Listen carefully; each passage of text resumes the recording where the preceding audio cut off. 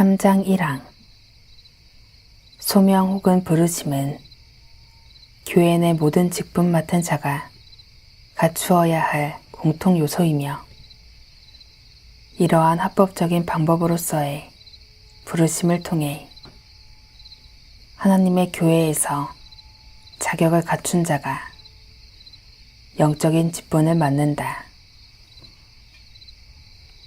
이러한 합법적인 부르심 없이 어느 누구도 교회의 직분에 관여하는 것은 결코 적법하지 않다.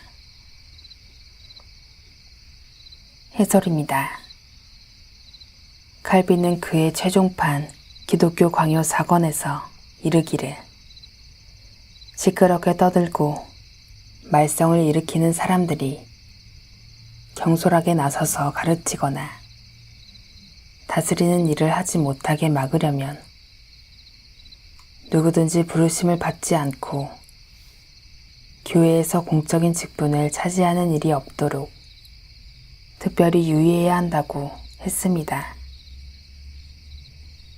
또한 누구든지 교회의 참된 사역자로 인정을 받으려면 먼저 합당하게 부르심을 받아야 하고 그 다음으로 그의 소명에 응해야 한다고 했는데 마찬가지 맥락으로 제2 스위스 신앙고백 또한 18장에서 교회 사역자들의 임직과 임무에 관하여 이르기를 교회의 사역자들은 교회에서 행하는 선거를 통하여 부름을 받고 합법적으로 선택을 받도록 해야 한다고 했습니다.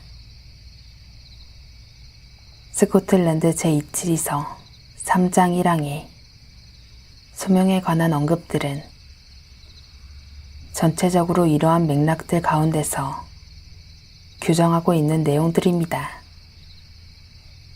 특히 합법적인 부르심이라는 문구에서 알 수 있듯이 교회의 모든 직분들은 선거를 통하여 부름을 받고 합법적으로 선택을 받도록 해야 하는 것입니다. 그러한 절차를 통해 공적이고도 합법적인 직분으로 세워질 때에 비로소 자격을 갖춘 자로서 영적인 직분을 맡게 되는 것입니다. 그러나 주관적이고도 개인적인 부르심과 능력의 근거에서 선거를 통하여 부름을 받고 합법적으로 선택을 받는 모든 적법한 절차를 간과하고 교회의 직무를 감당하는 신뢰들이 일찍이 제세례파들의 경우 찾아볼 수 있었습니다.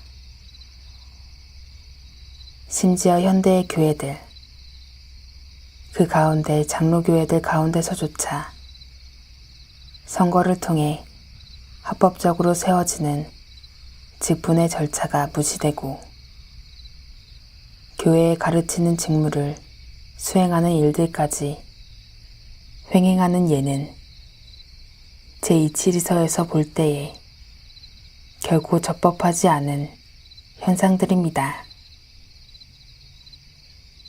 이와 유사한 현상들과 관련하여 칼빈은 최종판 기독교 광요 4권 3장 11항에서 사람들은 일반 신도들이 사역을 감당하기에 적합하고 유능하다고 생각하게 되면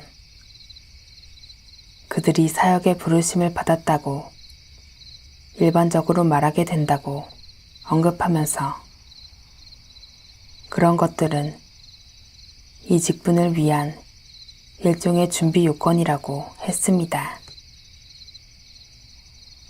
그러므로 그러한 자에 대해서는 반드시 청거와 더불어 선거를 통하여 부름을 받고 합법적으로 선택을 받도록 한 뒤에 직무를 맡게 해야 합니다.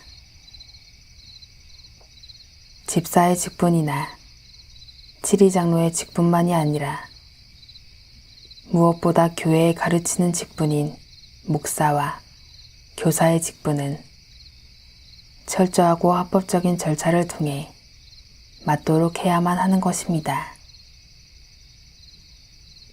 3장 2항 부르심에는 두 종류가 있는데 하나는 비상적인 경우로 하나님께서 직접 주시는 것으로 선지자와 사도가 있으며 이들은 잘 세워진 교회 그리고 이미 잘 개혁된 교회에서 사라졌다. 해설입니다.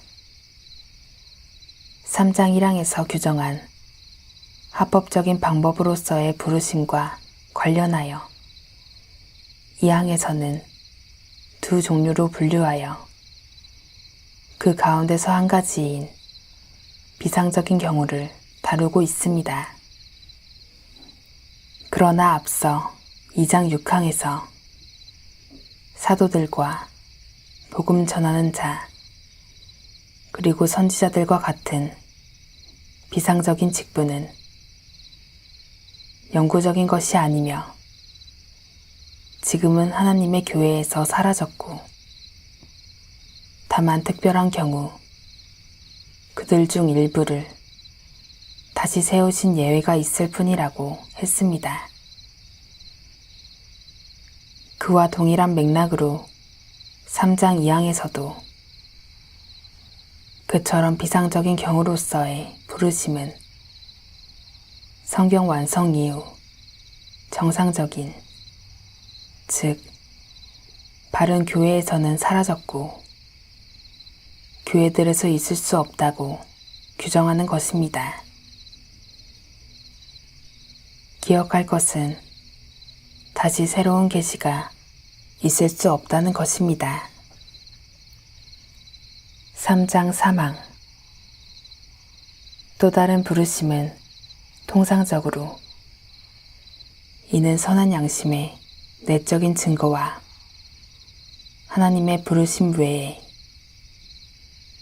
하나님의 교회 안에 세워진 주님의 말씀과 명령을 따라 사람의 외적인 판단과 법적인 승인이 있어야 한다. 오직 사람의 마음을 아시는 하나님 앞에서의 선한 양심의 증거 없이는 어느 누구라도 어떠한 것이든 교회의 직무를 감당해서는 안 된다. 해설입니다.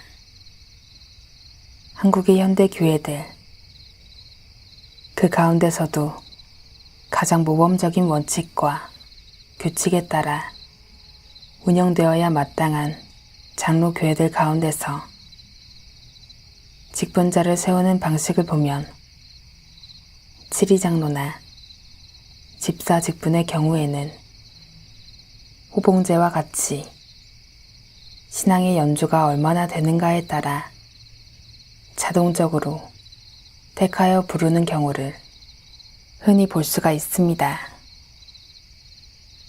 또한 조금이라도 교회 예배에 꾸준히 참석하는 자가 있으면 소위 설이라는 수식어를 붙여서 준 직분자처럼 불리는 것이 관례로 되어 있는 실정입니다.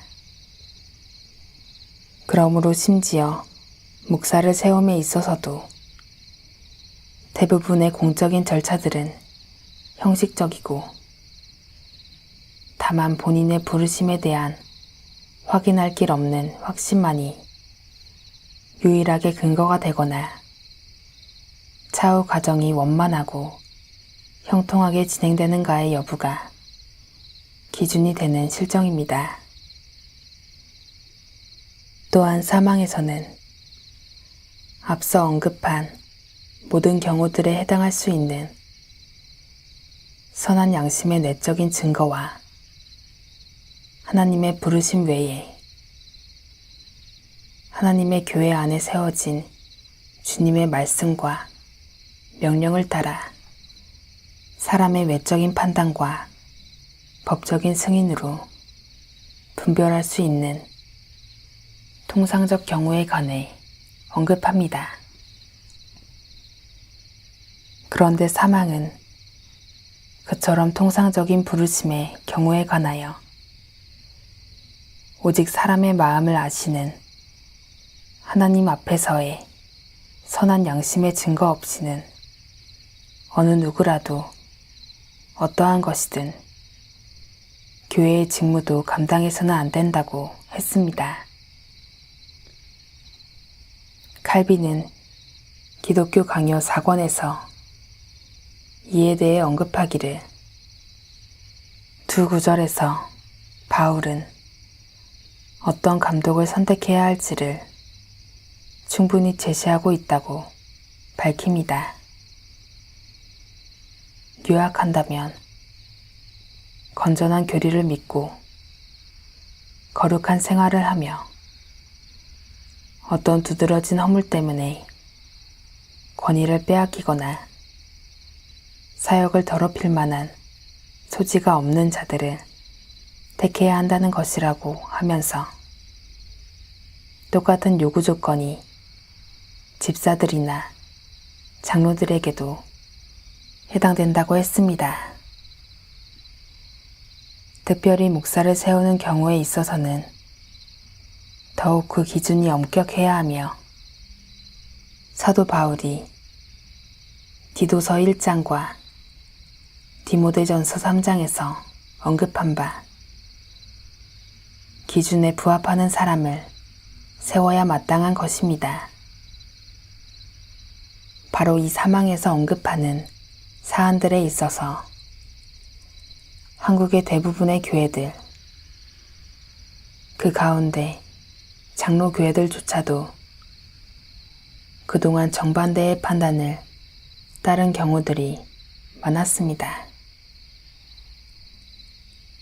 사도시대 이후에 통상적인 교회의 직분들에 대해서는 선한 양심의 내적 증거와 교회의 부르심이 반드시 요구됩니다.